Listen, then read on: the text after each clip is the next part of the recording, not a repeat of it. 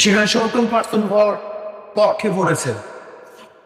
আমরা মনে করি ইসলামের সাথে দেশের সাথে যদি কোনো পয়েন্ট সাংঘর্ষিক না হয় তো অবশ্যই জুলাই সনদকে বাস্তবায়ন করতে হবে।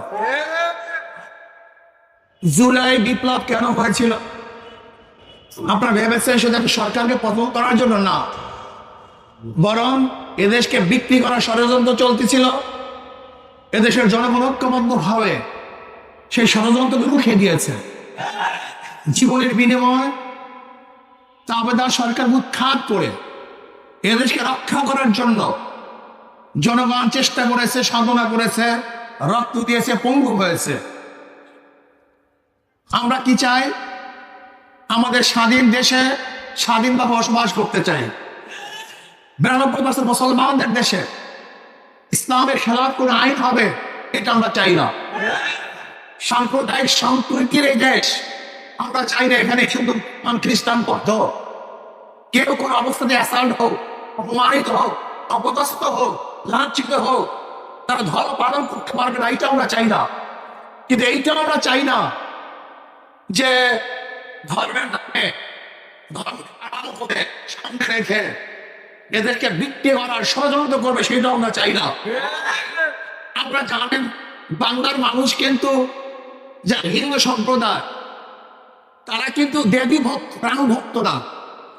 আপনার তো অনেকেরই জানা নেই যে হিন্দুদের মধ্যে সমস্ত হিন্দুরা কিন্তু একই দেবী, একই ভূতের, একই মূর্তির ভক্ত হয় না।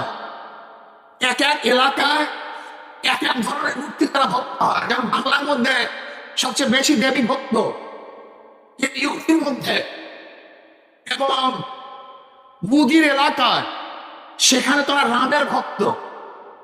বাংলাদেশের দেবীর ভক্ত মুদির গুরু তার হলো রামের ভক্ত। এখানে দেবী মূর্তি স্থাপন না করে রামের মূর্তি স্থাপন করার কারণটা কি? একদম চিন্তা করেছেন? এই চিন্তা কিন্তু অনেকেই করেন নাই। এখানে দেবী এবং রাম উদ্দেশ্য নয়, এখানে উদ্দেশ্য হলো দেশটাকে গ্রাস করা, দেশটাকে দখল করা। আজকে আমাদের স্বরাষ্ট্রমন্ত্রী দেশকে প্রদেশ বানাতে চায়, ভাগ করতে চায়, তাদের বক্তব্যকে সিলিবাস টান বলেছেন, হয়ে গেছে।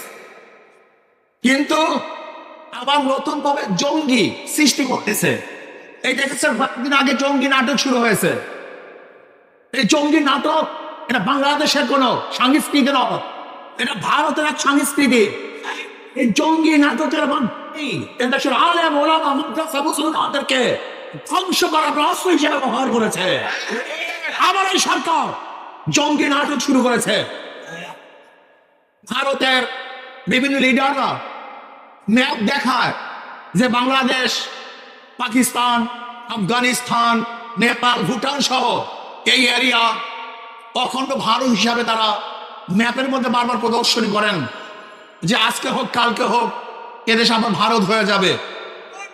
শুভেন্দ্র অধিকারী সে তো আসার পরে ওই দেশটাকে বড়কে পূরণ করেছে, খুনের রাষ্ট্র পরিণত করেছে, ধর্ষণের রাষ্ট্র পরিচালনা করেছে।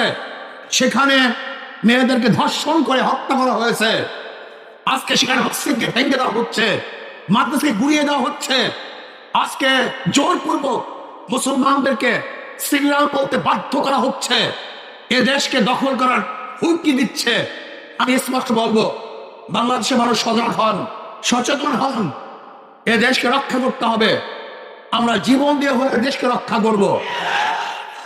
যেরকম জীবন দিয়ে, রক্ত দিয়ে আমরা আধিপত্য আন্দোলন করেছে, সংগ্রাম করেছে, ওরা জন্য আমরা জীবন দিয়ে দেশকে রক্ষা করবো ইনশাআল্লাহ। কোন অবস্থাতেই বিজেপি দেশ দখল করবে, আমাদের দেশে কর্তৃত্ব করবে, বাংলাদেশের মুসলমানের জন্য জিন্দা থাকতে এই স্বপ্ন পূরণ করতে দেওয়া হবে না ইনশাআল্লাহ। আজকে বাংলাদেশ সরকারকে বলবো, বুক ভরা আশা নিয়ে মানুষ আপনাকে ক্ষমতায় বসিয়েছে, কিন্তু খবরদার যদি মানুষের সাথে জনগণের প্রতারণা করেন, তামাশা করেন, তার বাংলাদেশের মানুষ 47 রক্ত দিয়েছে, 71 রক্ত দিয়েছে, বারবার রক্ত দিয়েছে, 24 রক্ত দিয়েছে, প্রয়োজন আবারও রক্ত দিয়ে আপনার সমস্ত ধ্বংসাত্মক কার্যক্রম থেকে মানুষ বেরিয়ে দেবে ইনশাআল্লাহ। কাজী জঙ্গিবাদ বন্ধ করুন, ইসলাম হুকুমাত কায়েম করুন।